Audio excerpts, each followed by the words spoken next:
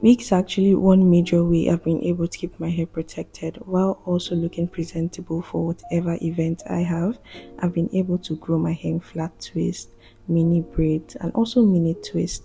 And I'm going to share with you my routine to do all of this because I've been seeing so much progress in my hair and I'm so happy to share everything. Usually, my wigs don't come out like the first month of my protective hairstyle or whatever hairstyle I have under my wigs. It usually comes out in the second month when my hair is getting too rough to actually wear out. So I like to also have a routine that I do because if your hair is not being taken care of under that wig, it's going to break. So having a good wash day routine is very important. I always recommend you washing your hair once every 2 weeks. Make sure you use a good shampoo, a moisturizing shampoo, or whatever shampoo you like. And deep conditioning is very important, especially if you have high porosity hair, and just making sure that your hair has enough moisture because wigs can literally make your hair dry if you wear it a lot. So having a good moisture routine is very important. Then I go ahead to do my LOC method, which is my liquid oil and cream. These are basically all the products I use to keep my moisture to last longer and just lock in that moisture. So I'm going to share with you some tips on how I'm able to keep my hair moisturized under my wigs because wigs can literally dry out your hair. There are some times my hair are literally dry every single week, so that's why I said having a routine is very important. I mentioned washing your hair once every 2 weeks, so the times where you're not washing your hair, it's very important to have a moisture routine because I mentioned before wigs can dry out your hair. They literally suck out the moisture from your hair. So having a good moisture routine is very important. For my moisture routine, I don't wash my hair. I just go straight into deep conditioning. My current moisture routine looks a little bit different, so I'm going to link that video for you to see. But it's pretty much similar. It's just that I added treatments to my routine to help with my moisture. So deep conditioning first off is very important because it's just that added moisture to your hair. Your hair is literally dry, so you need some form of moisture to be going on apart from just adding a conditioner. Then I like to go in with my LOC method, which is liquid oil and cream. I go in with a leave-in conditioner.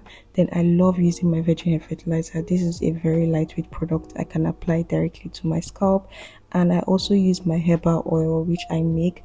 Then lastly, I'm going to go in with shea butter to lock in that moisture. One thing about shea butter, it's a very thick butter, but it literally does the work. Just apply it only to your ends because your ends are the first thing to dry off, so you need to apply it to your ends, and I've seen so much improvement with this routine. So we're on to the final stage, which is your takedown process. I'm going to be adding this to this video just so that you can see how I take down my hair.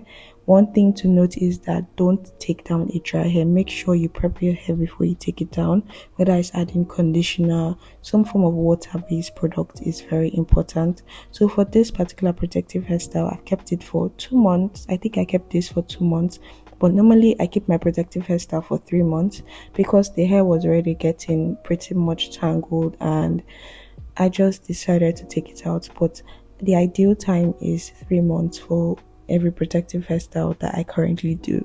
So keeping your hair for 3 months is one way you'll be able to retain more length. I've been able to retain length by keeping my protective hairstyle longer to reduce tension and manipulation, and I have so many videos talking about this, and I'm currently on a new challenge. So if you're looking to retaining more length on your natural hair or finding alternative ways to retain length, or advise you to subscribe so you can get updated on all my routines and just have a body to keep you updated because I drop weekly routines and weekly updates on my channel, so you can be catching up and also be like involved in this whole challenge. I'm going to add to using wigs as a protective hairstyle. It's very important that you use a wig cap or some form of cap under your wig just to keep your hair protected, because like I mentioned, wigs can dry out your hair because of the wig cap can absorb the moisture in your hair, which can leave your hair getting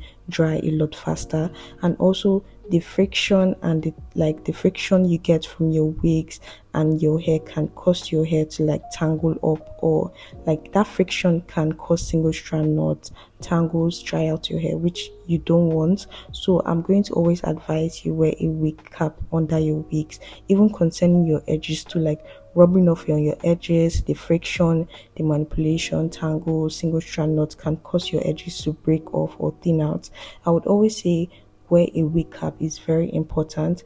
And also any, like for instance, I sometimes wear silk caps under my hair because sometimes the wig caps can also grip on my hair because of the material. So I like to go for silk or satin type of wig caps. It really helps in keeping my moisture locked in and also preventing that friction directly to my hair. That's also something I'm going to add when it comes to using wigs as a protective hairstyle, and also keeps your hair flat when you're wearing your wig. So that's one other thing I'm going to mention. So moving on to the actual takedown process.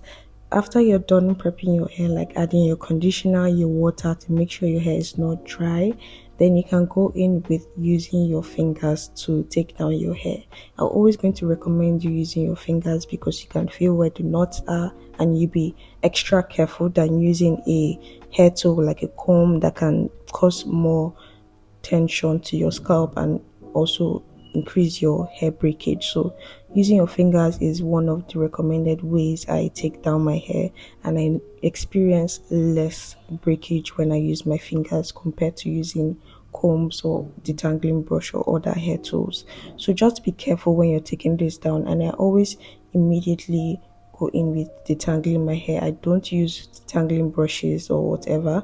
I use my fingers to detangle my hair. It's easier that way, and just putting my hair back in a section is also ideal so that you don't get tangles on hair you've already detangled. So putting your hair back in a section is also an ideal way. I've seen my hair change over time, not just by using wigs only, but by keeping my hair long term in the protective hairstyle. And I would like that you join in my 3 months challenge, especially if you're focused on length retention and you want to see changes to your hair in this new year 2025. If you want to reach your hair goals, I always recommend you join in on my challenge. So if you have any questions concerning my challenge, or you have any questions or for whatever issues you're facing with your hair, I'll be happy to answer that. And I would say that wigs have played a major role in me keeping my hair protected also, when it's also in a protective hairstyle, if you understand. So I've been able to keep my hair protected under my wigs, and having a good routine is very important when it comes to hair. Having a good routine is always important. You can't just leave your hair alone in a wig and just think it's okay. You have to make sure you're washing your hair, you're doing your moisture routine, you're caring for your hair. It's very, very important. And I would say that even though most people would like to wear their natural hair out, I would say that I would wear my natural hair out for a month and a half. But let me be honest with you, after then it's too rough to wear out, and keeping my hair for 3 months, wigs have been the alternative protective hairstyle, or the alternative way I've been able to look presentable while also still growing my hair under my wig. So if you want to also find alternative ways, I always recommend headscarf. It's another alternative way. If you're tired of wigs, it's another way you can switch in between. So yeah, that's going to be the end of this video. Thank you guys for watching, and if you have any questions, leave that in the comment section, and I'll see you in my next one. Bye.